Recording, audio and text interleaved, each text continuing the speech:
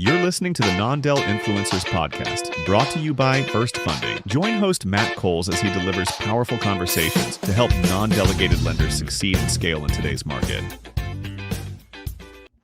Hey, good afternoon, everybody. Thanks for taking a look at the latest episode of Non-Del Influencers Podcast. Really appreciate your opportunity or the opportunity for you to share some ideas here with you. Today, I am super thrilled to be joined by Reef Merhi with Texas United, president of Texas United. Hey, afternoon, Reef. How are you this morning? Doing great. How about yourself? I'm doing good. Thank you for the time today. I want to get you in and out of here because I know your phone is blowing off the hook. So, Reef, I took a look at your website before we hopped on here, and you bought a house as a senior in high school. Is that what I read on your website? Well, it's a long story short. My dad did kind of introduce me to some creative financing when we were younger, and he was buying some duplexes and getting some owner financing. And it just happened that due to some restrictions, he came to the conclusion that it'd be a good idea, since I was 18 years old, to put a duplex in my name through some seller financing deals. So basically, my first year in college as a freshman, I was starting to learn how, you got to claim a rental property on your tax return. Right. So kids are, out doing what they do in college. And, I was, starting to learn, depreciation and claiming rent and writing off things and understanding financing without, in that case, I was without bank terms. I would later refinance that property and, do a cash out on it and buy more properties. I think I got myself up to about 20 properties at once. So, Wow.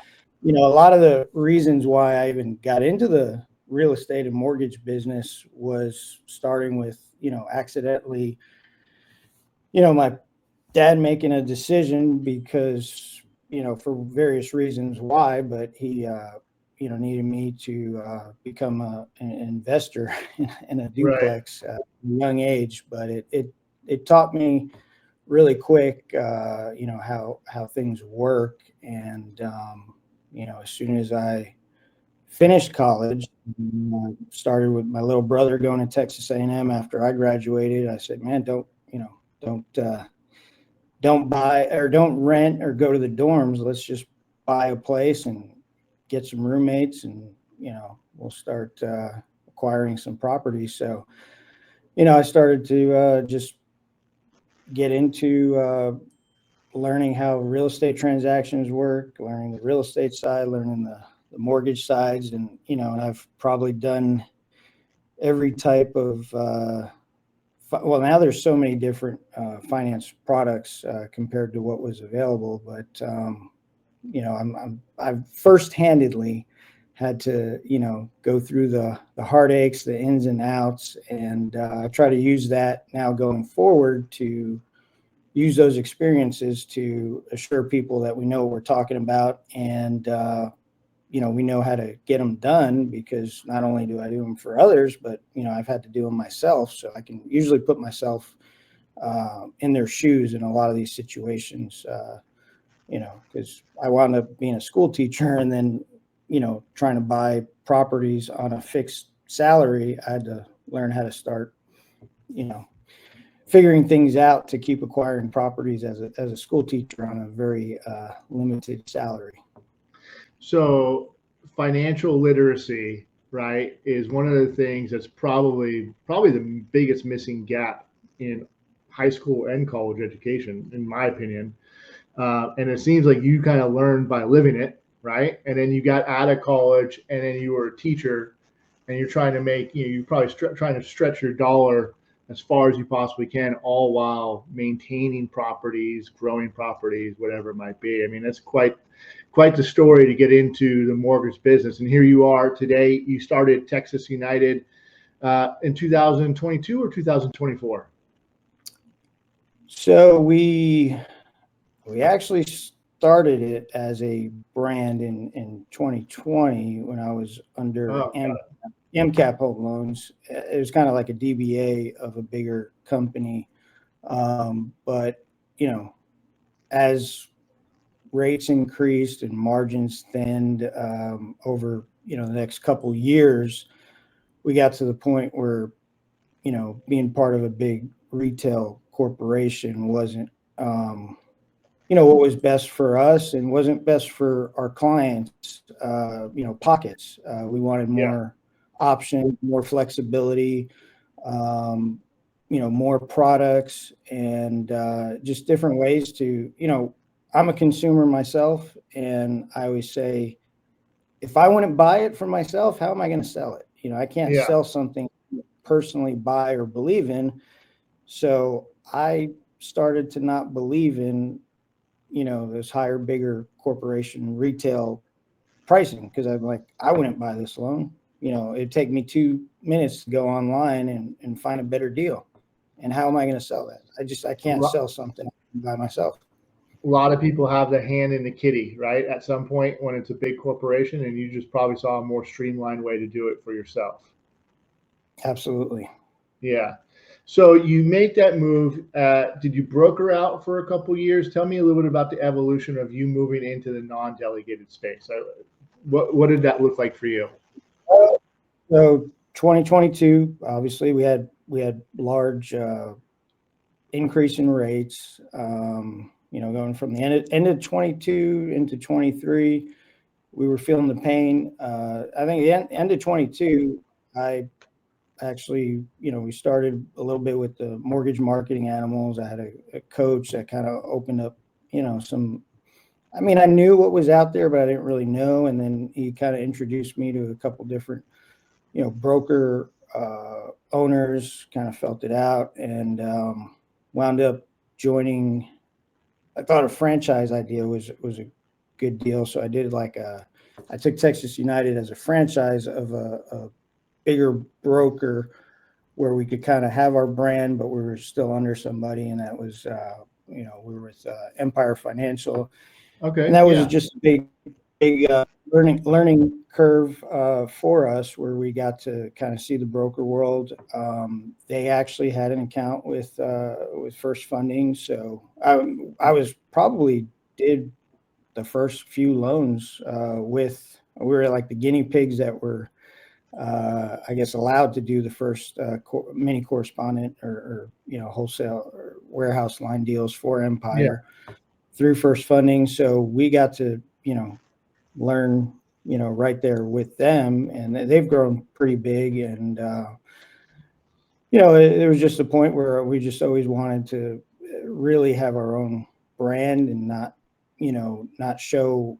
The funny thing was we, on all our documents, because they were stationed in Florida, we just didn't like the fact that, our company has a Florida address and we're Texas. Yeah. And we're trying to brand Texas and we're Texans. And that was the whole deal. Listen, there's a lot to be said about Texas pride for sure.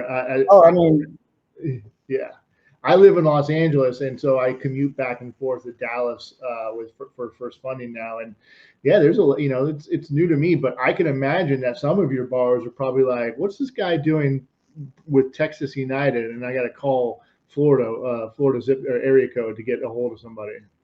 Yeah. So, once we went off on our own, we, our address, our name, on everything. And because we had, a little bit of experience with the First Funding and the, warehouse line and funding our own deals. As soon as I brokered, I called Jessica up and, told her we're doing this. And we were only probably a few months into being a broker. So we didn't have we had a lot of loans and a lot of history as loan officers and doing deals for other companies, but we didn't really have a lot on our plate, as a new broker. But, she walked us through, the requirements pretty quick. And, as, somebody that's always mathematically doing variables and, hey, give me the guidelines and I'll figure out how to, we can do it or not. So she gave us the guidelines to get approved, and within probably a few months we figured out how to fulfill everything we needed to fulfill, and open up our own line of credit with them so that we could fund deals and give us the flexibility and the branding to do what we do. Yeah, I think that one thing that is a common theme from what I'm hearing so far for you is one of the reasons why you wanted to do it was because of the branding.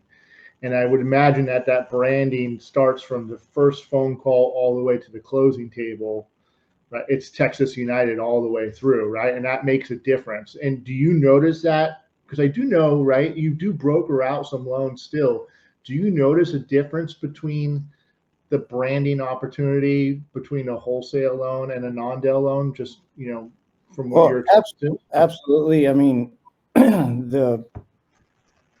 we can loans through the our own brand. Obviously we're not big enough or strong enough to do FHA yet, because you got to be on a different level for that. But let's just say like United Wholesale Mortgage, they're the biggest broker channel there is out there. So you can still, if you love United Wholesale or you love Rocket or whoever you love, you can basically still underwrite and do your loan the same way you always do it, but your loan disclosures, your package, all your closing paperwork, it's not going to say Rocket Mortgage or United Wholesale Mortgage. It'll say Texas United Mortgage on it. So we're going to fund it, and you pick where it's going to go and who's going to do it. But because I'm not going to say anything bad about any lender out there, but sometimes people, they came to you. They didn't come to whatever ABC, national company. They came to Texas United. They don't want to get thrown to some other big, corporation. Yeah, I think, Reef, that's such a good point, because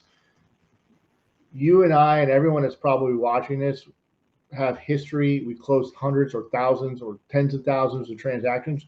We know what it's like, right? We understand that, hey, no, you're working with me. You're working with Matt Coles or Reef or whoever. But a common borrower who may have 4 or 5 transactions in their complete life, they don't know that, oh, wait, I'm talking to Reef from Texas United. Why does it say United Wholesale, or why does it say they don't make that connection.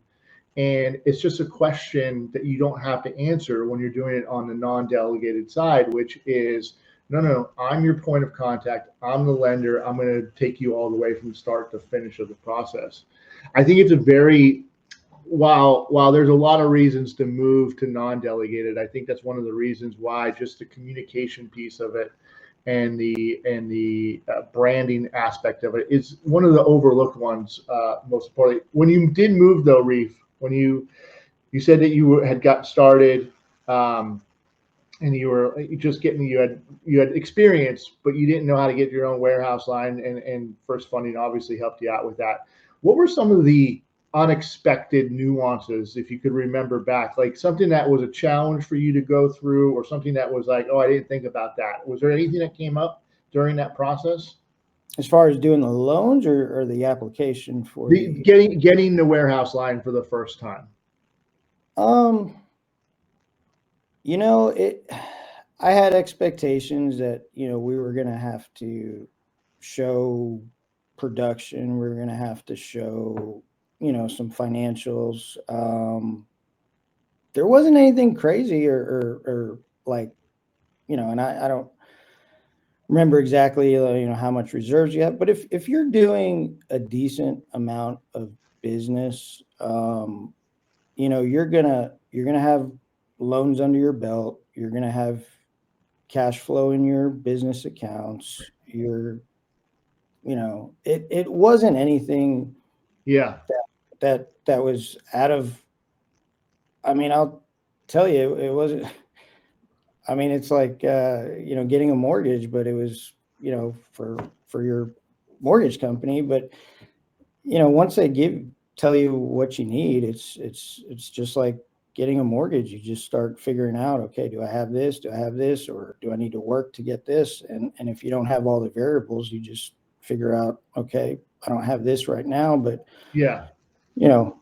I'll get it there. And it starts teaching you too how to, especially because we were new at it, and it almost forced us to really take a big step into looking at our own company financials and P&Ls and how we make sure we have all our compliance paperwork and all the little things that, and again, this is because we jumped right, in the broker world, went right into it and figured, like, why not? Yeah. Let's just jump, because why wait? I Right. didn't want to wait a year or 2 years or whatever. Oh yeah, down the road we'll do that. Like, hey, if we can get it now, why not get it now? And but it did help, just organization wise, just to start, digging into some of the stuff, when it came to having, making sure you had all your ducks in a row for compliance reasons, for, your financial stuff. It actually helped us, right off the bat, get a little more aware of things that, we need to be aware of when it comes to compliance and financial reports, staying organized.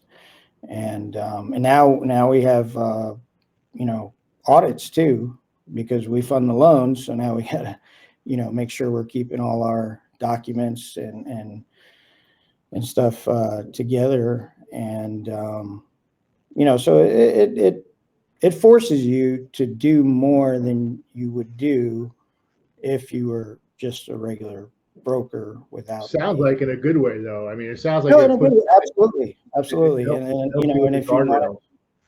yeah, and it prepares you for other, other financial things that you might get into later on, or you Right. want to become bigger. It's a stepping stone to bigger things, and preparing you for, things in the future. But That is a good question. What's next for you guys? Like, what is, is it a year from now? You mentioned earlier about FHA, right? I think that, I pulled some numbers. I think you're probably what, 30-40% FHA. I mean, you're high. I mean, you're like a 90% purchase shop, right? So your bread and butter is purchase. And, the numbers show me it's probably about 35% FHA. Is that a goal? Is that something that you're shooting for, is to get FHA approval? I would say it's not it's always there. Yeah. Is it a priority right now? No. It's in the back of our heads. I Right. think, we probably need to get a little bit bigger and maybe expand, have more loan officers. At this point, our main goal is to, we're serving Texas. We're doing a lot of business online. We are trying to, keep consumers in mind. So, our big thing is having flexibility to, do all sorts of loans at very, reasonable pricing for the consumers. And the big thing, I will say, if those who have done a refinance in Texas, I know nationally a lot of companies, and this is a good thing for us, but they come to us because a lot of companies across the country wind up shying away from doing cash outs in Texas because we have the 50A6 laws. Yeah. And your companies just say no, especially if it's a lower loan amount. They just won't touch it. And that goes all the way up to some of the big companies in Detroit, or Michigan area. They, they just don't do it because they've gotten burned or they don't have all the pieces in place. Obviously, that's got to be one of our specialties is understanding the 50A6 and the Texas cash outs and the limitations you have with it. And one of the great things that, having the warehouse line is the flexibility to be able to do those cash outs. Because I'll tell you right now, if you're doing a smaller loan under, 100,000 to 200,000, or you don't even really touch anything that is in the lower 100s or under 100, because with margins and the cash out law, because you got a 2% cap on a homesteaded cash out. And you think about it for a second, if you had a $100,000 loan and you had an underwriting fee on it, a processing fee, a title fee, not the title policy, but that settlement.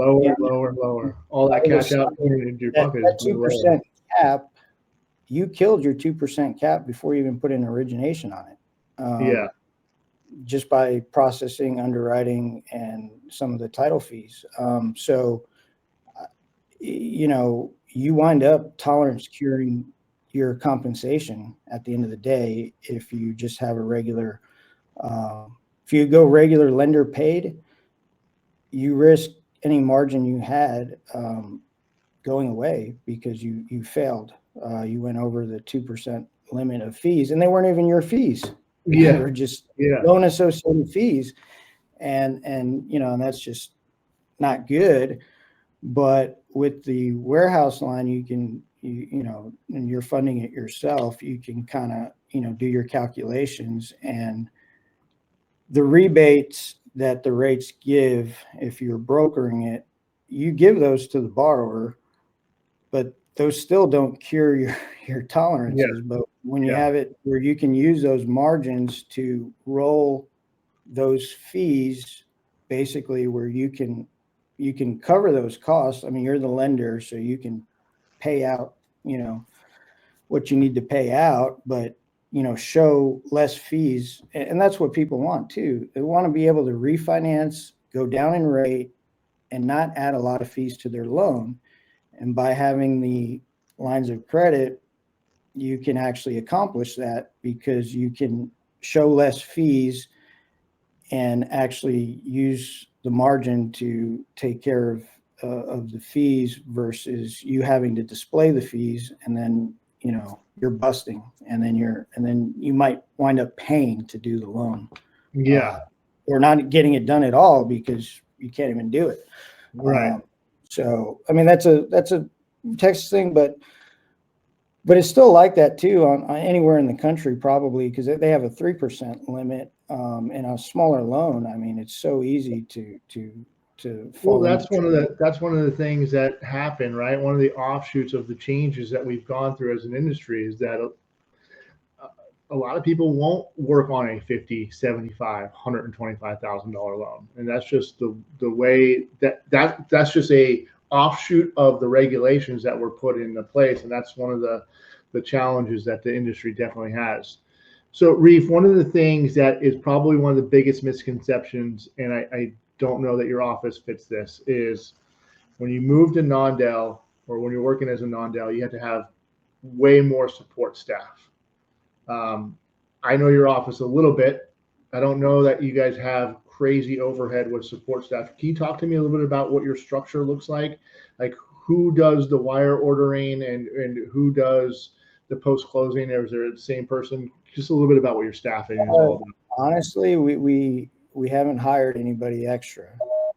Between the LO and the processor. It's not that much difference. There is, ordering a wire, and there's some post-closing extra things that you have to do. But once you start doing them, it's just kind of like a little checklist of things to do. But the easiest thing, if you can, is probably just telling your processor you'll give her an extra $50, $100 per file or something like that to do the couple extra things that you need to do. But I wouldn't say until And all I can speak for is a smaller, we're 10 person less. Yeah. We don't need to hire anybody to do it. Yeah. It's easy. The LO can do it. I mean, I've done it all by myself before, and then we've had a sister that we have do it all by herself as well. Yeah. So it's not that crazy. It is a couple extra things, but again, it's nothing that it's crazy at all. It's not rocket science. You don't really need another person. Now, if you're a bigger company, it might be wise to have a closer that specifically just does that, especially if you're having multiple processors and just a bunch of LOs. But if you do the training that First Funding has, or put your processor through the training, put your LO in the training, and make that a requirement. You can't use this until you do the training, and you get one or two under your belt supervised, and then after that, it's not very hard at all to do. I want to get you out of here on this, which is an important conversation for a lot of people, is choosing your investors, right? You probably have a handful of investors that you work with. Can you take me through, like, what are some of the things that you're asking your investors before you work with them, right? Obviously, you're going to go with one of the big 3 or 4 on a regular basis. But can you kind of just walk me through like some of the things that you go, okay, well, I want to sign up with this company as an investor. Is it technology? Is it AE? Give me a little bit about what you're looking for from your investor partners. Well, the biggest thing for me is the AEs are huge, or the fact that you can get a hold of somebody when you need to. So pricing is important. The complexity of files, sometimes can put you in spots where you get stuck, or there's technology issues or something, and having the comfort to know you have people to go to that will get you the answers themselves, or get you the right place to get those answers or fixes or whatever it is. I mean, that's the biggest thing is always, closing on time and making it a smooth transaction for the consumer. Obviously you want to save them, money as much as you can, but you cannot sell a product that you close and that gives a bumpy ride to referral partners or consumers, because you live by your reputation, especially us. I mean, if we get a bad review online, that could kill business, overnight. So we can't, risk dropping the ball anywhere or getting stuck where we don't have answers for them. And then, you still also, you need good pricing, but, the biggest thing is just being, smooth transactions and knowing that you can get them done. Yeah. All right, Reef. Well, I'm going to get you out of here, man. I can't thank you enough for joining the Non-Del Influencer podcast. You're a great customer. You're the profile of what I say a lot about. I talk a lot about businesses that profile much like yours.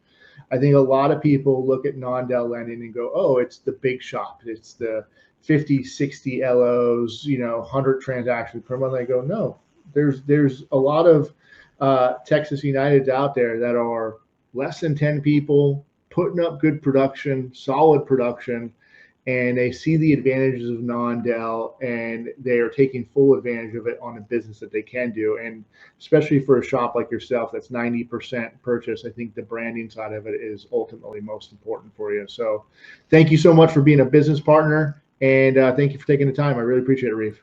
Well, thanks for having me. Have a great day. All right, thank you. Thanks for tuning into the Non-Del Influencers podcast, powered by First Funding. For more resources and episodes, visit nondelinfluencers.com.